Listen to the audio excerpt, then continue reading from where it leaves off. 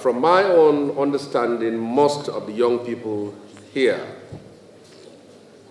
are from this country. Most people here, I believe,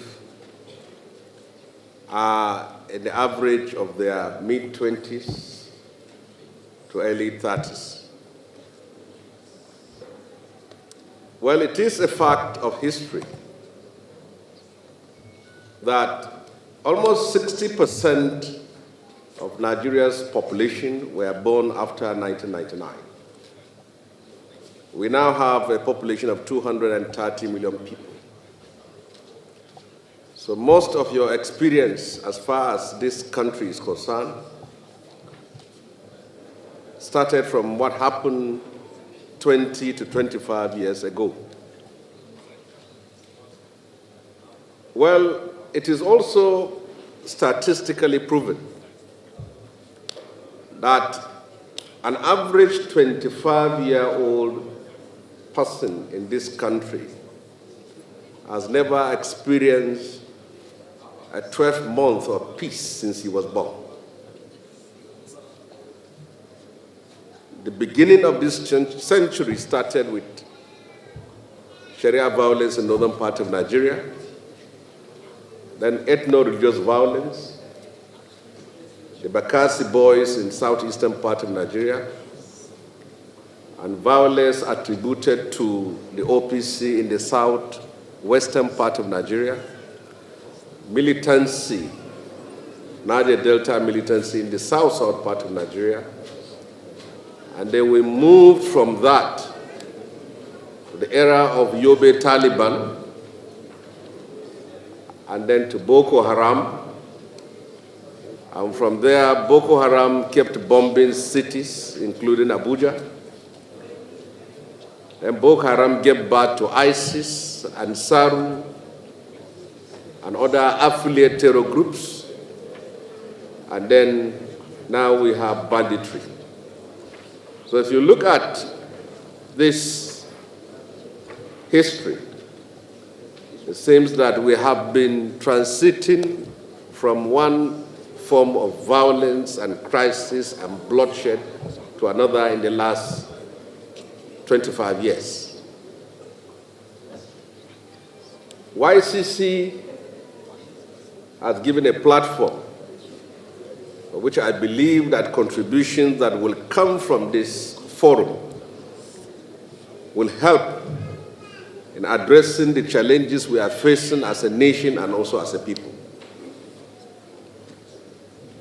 There are many causes of conflicts and violence in West Africa. You can attribute it to terrorism and extremism, poverty and extreme economic inequality, ethno-religious violence, border dispute, farmer-herdsman crisis, and all forms of agitation. And unfortunately, the proliferation of arms in West Africa. It is a fact that this was not what Nigeria used to be in the 90s and in the 80s and backwards towards the 60s. Nigeria is 65 years old. And in 1999, there was so much hope, belief, and faith that democracy will usher in an era of peace, stability, unity, and collective progress for our people. Yeah, there have been achievements in a number of areas.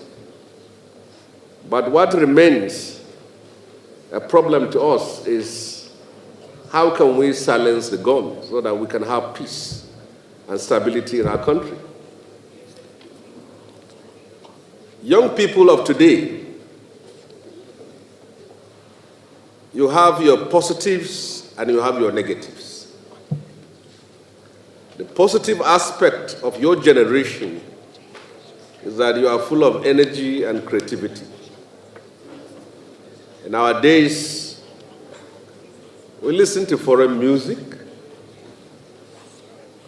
but in your generation, you have been able to develop and export our culture and our music to the stage of the world, to the point that it gives us pride when we see the likes of Thames, Davido, and Burna Boy winning Grammys, when it wasn't possible for our generation to do that. It gives us joy to see how you are able to compete with young people outside of this country. I was highly impressed.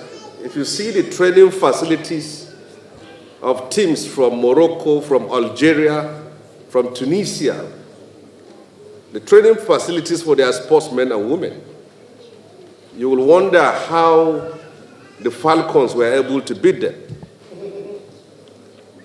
This shows that with more for Nigerians, we can achieve more. The negative aspect of your own generation is that what you need to know, the leaders of Nigeria's First Republic became leaders in their 20s and 30s. The leaders of Nigeria's Second Republic became leaders in their 20s and 30s. The leaders of Nigeria's aborted Third Republic and this republic became leaders in their 20s, 30s, and early 40s. Most of the people you see today, whether they are president, they are governors, they are ministers, they are senators, in 1999, they were all looking like you and they were of your age mates. But they had vision, and they were determined to take over power, whether for themselves or for what they claimed to be. And as such, they entered the ring of politics with all its troubles and storms, and they took over power. Today, many of you who were their age mate in 1999 are content creators and social media influencers. That cannot change a nation. That cannot shape the nation in line and in your own dream. It's not possible. You have to be involved. In the 90s, I've been a senator, and I will still return back to the Senate. Yes.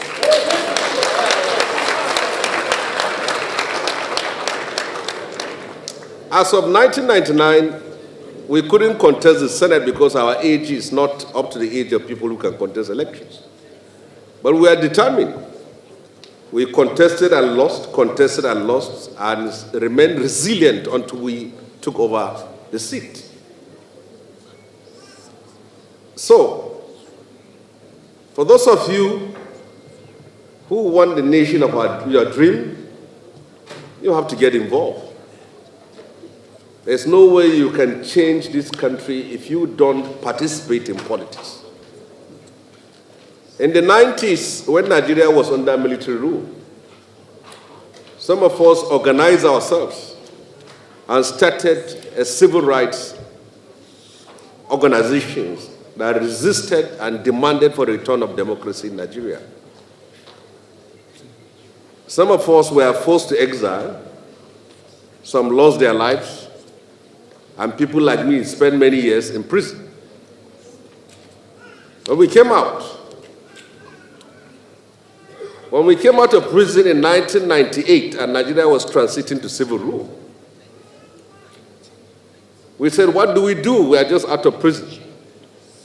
After spending, because for me, I didn't spend much here, I spent only 4 years in prison. So when I came out, we said, what should we do? Some said we should continue the struggle for Aluta, protest and whatever. Some said, no, we should get involved in politics and take over political power. The ANC in South Africa, after the years of struggle against apartheid colonialism, transited from a liberation movement to a political party and took over political power. In our case, many of us made that tragic mistake of refusing to participate in politics in 1999. People like Bola Ahmed Tinubu, who is the president today, disagreed with us who are at the extreme end with Chief Gani Fahimi. Gani Fahimi said, we will not participate, we will continue to fight the military. We are going to continue to organize protests. People like Tinubu said they are going to participate. It took us 4 years for us to realize that we are on the wrong path.